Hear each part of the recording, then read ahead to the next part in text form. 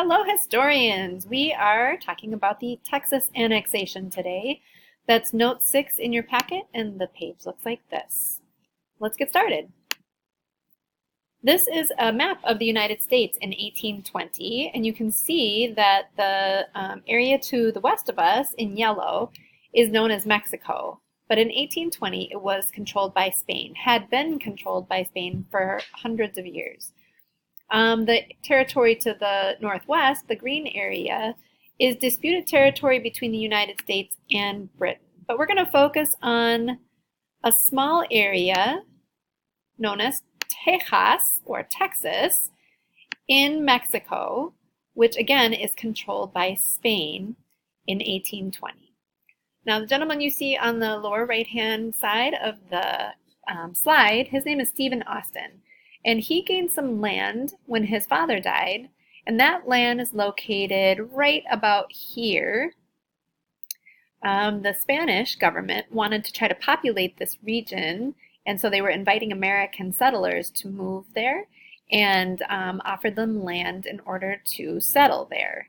So Stephen Austin and his father took advantage of that and invited other American settlers to join them in the journey over to the Tejas region, or Texas, to start a new colony.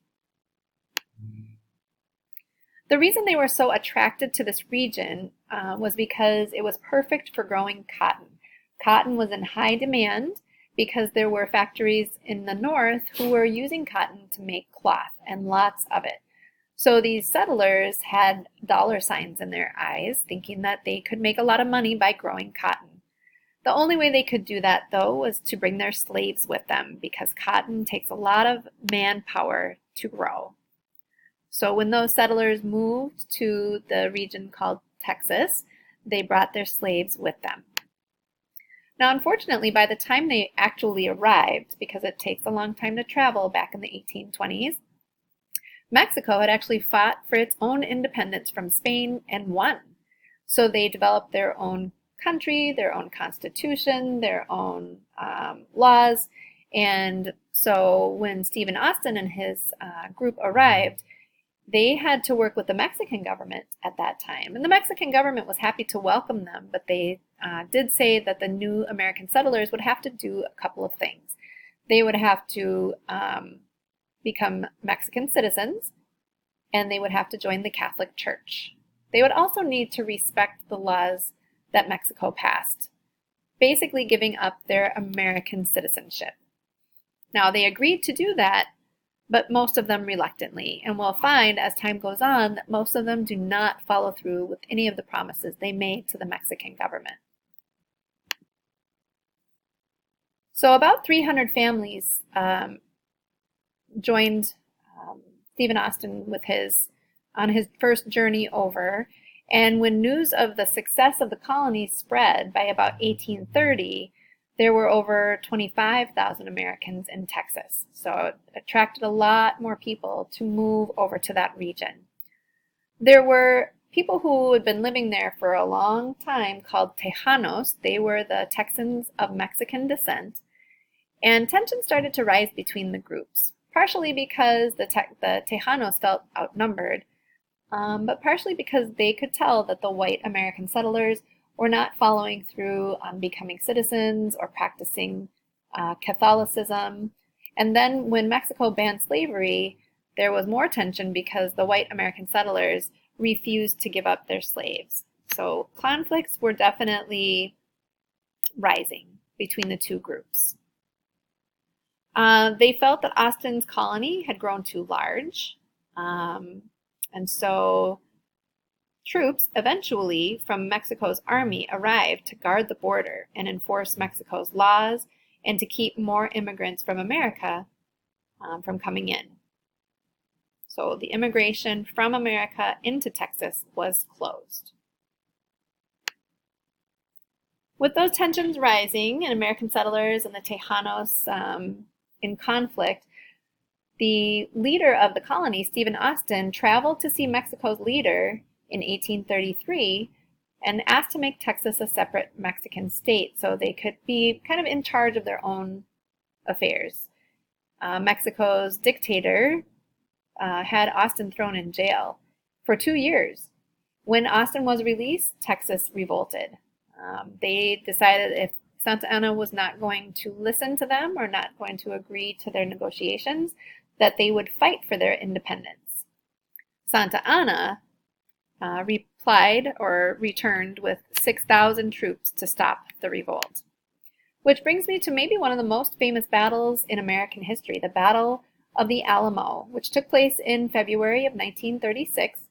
Santa Anna's army arrived in San Antonio, Texas, and the Texas Army that had organized itself to fight against the Mexican army left about 180 defenders in the town of San Antonio to basically slow down the Mexican army and keep them from following the rest of the Texas army.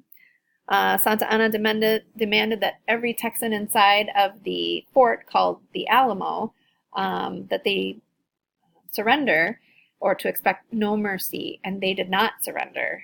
And in the end, all of the defenders were killed. They all gave up their lives to stop the Mexican army from advancing and to let the rest of the soldiers who had gone towards the north to organize and get ready for battle. Only a handful of Texans were spared. Those were mostly women and children.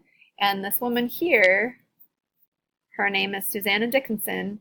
She and her infant daughter were a couple of the survivors, and she is the one who's coined the term "Remember the Alamo," which just means that we need to remember the men who did not give up, even though they knew that their lives would be lost.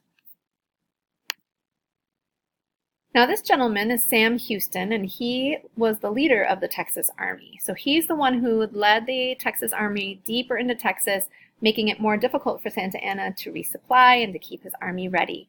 They kept them on the march. His plan worked when the Texas Army lured Santa Anna to the San Jacinto River. He marched his troops through the night, expecting the Texas Army to attack at dawn. When there was no attack, he and his troops stopped to rest. And that's when Houston's army staged their surprise attack in the afternoon. And they went in yelling, "Remember the Alamo," to honor all of those defenders at the San Antonio Fort Alamo who had died. So the Texas Army won that battle, and as Santa Anna tried to flee, he was captured. And in exchange for his release, he was forced to sign a treaty recognizing Texas as an independent nation and ordering all Mexican troops out of Texas. So he did sign so that he could be released, but to Santa Anna, that treaty was never really official because he was forced to sign it. And that will come back to haunt the United States later on. Santa Anna never really accepted the loss. He still considered Texas to be a part of Mexico, but Texas, now having that treaty in their hand, they had their independence and they developed their own country. They wrote a constitution, they had elections, they elected Sam Houston to be their leader.